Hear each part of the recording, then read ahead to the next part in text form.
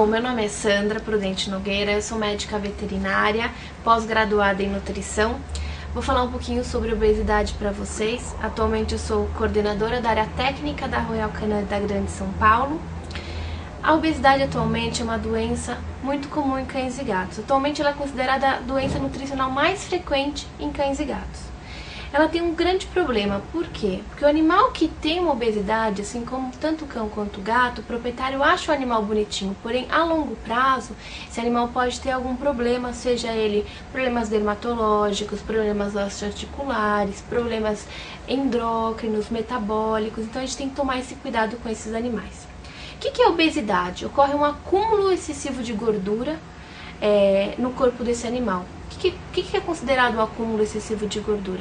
É quando o animal apresenta acima do peso, de 15 a 20% do peso ideal. Então, se o animal que deveria pesar aproximadamente 10 quilos, se ele estiver pesando mais de 12 quilos, significa que ele está pesando mais do que 20% do que deveria pesar, que seria o peso atual dele.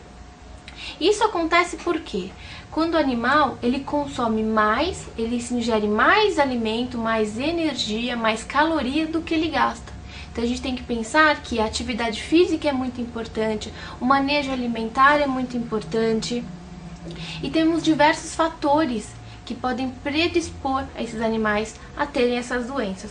Por exemplo, a genética. A gente sabe que tem algumas raças, tem alguns animais que, tanto cães como gatos, que têm uma maior predileção à obesidade. Por exemplo, o Dachshund, o Basset-Hound, o Labrador, o Golden. A idade também interfere, a gente sabe que tanto cão quanto gato, de meia idade, eles tendem a ter um sobrepeso ou obesidade. O que seria meia idade? Por volta de 5, 6 anos até aproximadamente 9, 10 anos.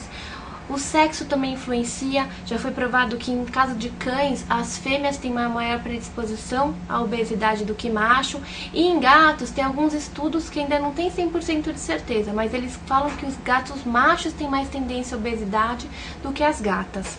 A castração também influencia, animais castrados tendem a diminuir a taxa metabólica basal. O que significa isso?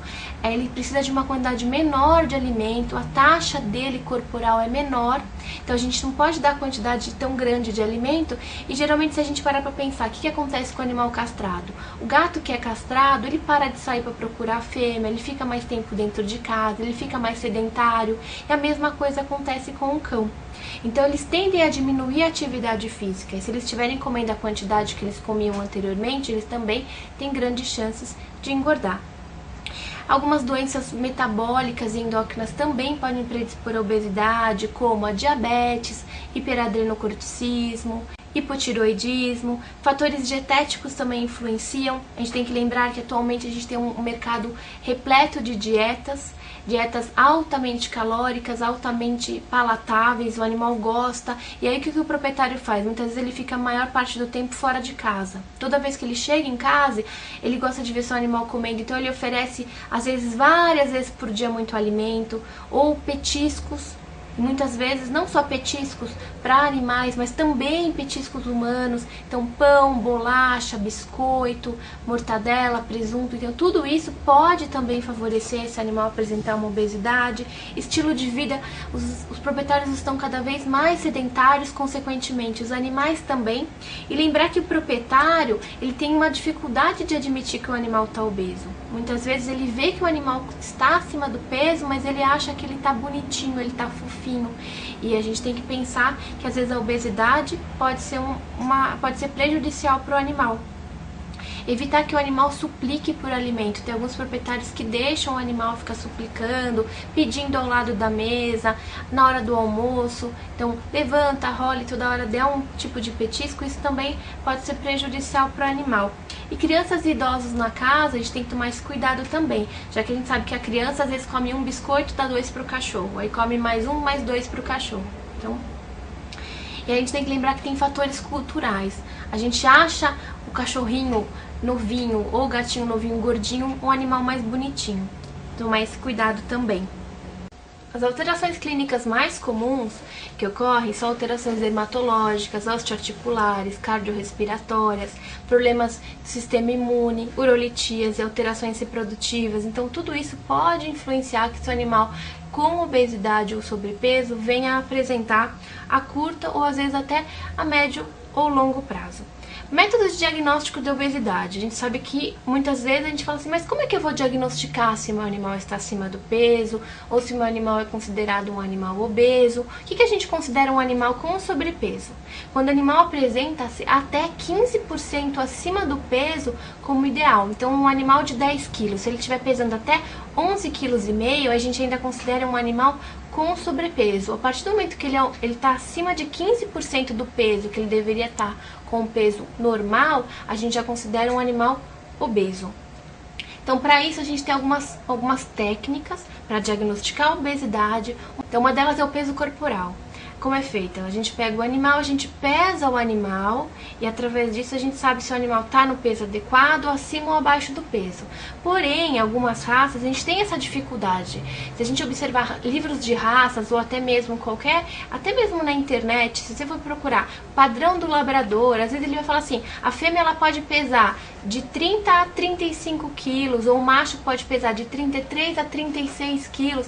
Tem uma variação muito grande, porque dependendo do animal, ele pode, com 33 quilos, estar no peso ideal, tá abaixo do peso, tá acima do peso. Então é importante a gente, além do peso corporal, adicionar mais um ou dois métodos. Um outro método importante é o score de condição corporal, onde a gente observa esse animal, palpa as costelas e observa se esse animal está com peso ideal, acima do peso ou abaixo do peso. Então, se a gente observar as costelas, se elas estiverem visíveis a olhos nus, a gente já pode pensar que é um animal que está muito magro. Se a gente palpar as costelas e sentir sem nenhum tipo de gordura, sem nenhuma presença de gordura nessa composição, a gente já pode considerar que é um animal com peso ideal. Se a gente já observar uma capa de gordura na hora da gente estiver palpando essas costelas, esse animal já pode ser considerado acima do peso ou até obeso.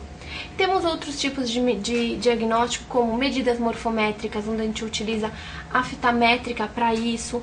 Temos outros tipos como raio-x, DEX, densitometria, tomografia computadorizada, só que a gente sabe que em alguns casos a gente precisa anestesiar esse animal ou causar qualquer tipo de transtorno ao animal ou proprietário como uma anestesia, muitas vezes não sendo o melhor método de diagnóstico. Portanto, o peso corporal, a score de condição corporal e as medidas morfométricas são os métodos mais simples de diagnosticar a obesidade.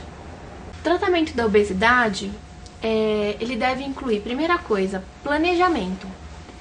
A gente tem que convencer o proprietário que o animal está acima do peso, conversar com o proprietário. Se a gente não tiver adesão do proprietário, não adianta nem começar a perda de peso. Então, primeira coisa, planejar esse tratamento, modificar a dieta, mudar o manejo alimentar, pensar em algum tipo de atividade física. Por último, pensar também na manutenção do peso. A gente sabe que, principalmente o humano, quando ele perde peso, a chance dele ganhar peso após esse período é muito grande. A mesma coisa pode acontecer com os animais.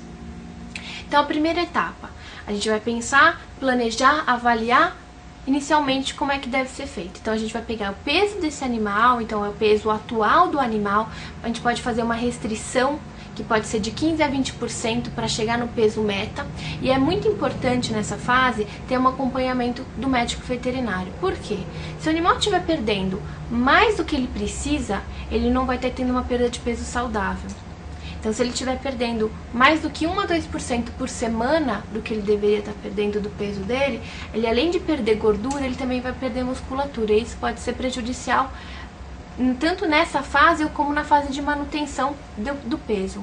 E se o animal estiver perdendo menos do que ele precisa, também é prejudicial, porque o proprietário volta às vezes no primeiro, no segundo, no terceiro retorno ele desanima, porque ele não está vendo que tá dando certo. Então é importante a gente pensar em avaliar corretamente, saber o peso atual, fazer o peso meta, saber o quanto o animal está perdendo por semana, estimar o tempo que esse animal vai perder esse peso. Ele vai perder durante 3 meses, 6 meses, 1 ano. Então é importante também o médico veterinário mostrar para o proprietário quanto tempo vai demorar para chegar no peso atual. Muito importante também mudar a dieta. Por que mudar a dieta? Se a gente pegar qualquer tipo de dieta, diminuir a quantidade e oferecer para esse animal, ele pode ser que a curto ou a médio prazo ele tenha algum tipo de deficiência nutricional. Por que isso? Se a gente pega uma dieta normal e restringe 30 a 40% do que o animal precisa comer, a gente tem que lembrar que a gente está restringindo 30 a 40% de todos os nutrientes que a gente está fornecendo. Então, proteína, aminoácidos, vitaminas, minerais, e isso pode ser prejudicial. Portanto, uma dieta adequada durante essa fase é muito importante. O que seria uma dieta para perda de peso? Uma dieta com maiores quantidades de proteína, menores quantidades de gordura, maior quantidade de vitaminas e minerais. Então ela é uma dieta adequada que, quando restrita para o animal, não vai ter nenhum problema de deficiência a curto, a médio ou a longo prazo. Atividade física também é super importante para os animais. A gente sabe que para o cão é muito mais fácil de fazer atividade física. Por que isso? Porque o cão a gente leva para passear, põe uma coleira, é muito mais fácil a gente pegar uma bolinha e estimulá-lo, diferente do gato. A gente sabe que o gato é um pouco mais difícil em fazer atividade física. Porém, a gente tem que entender como o gato gosta de brincar. Então, utilizar bolinha de papel, laser point, estimulá-lo, às vezes com prateleiras na casa, para fazer com que o animal suba e desça essas prateleiras. Lógico, a gente não pode pegar um animal obeso e fazer com que ele suba e desça prateleiras várias vezes por dia, que também isso não pode ser uma boa ideia. Mas, se você acostumar ele desde jovem a fazer uma atividade física, é muito importante. A chance desse animal, desde novinho, fazendo algum tipo de atividade, tornar um adulto com sobrepeso ou obeso é muito menor.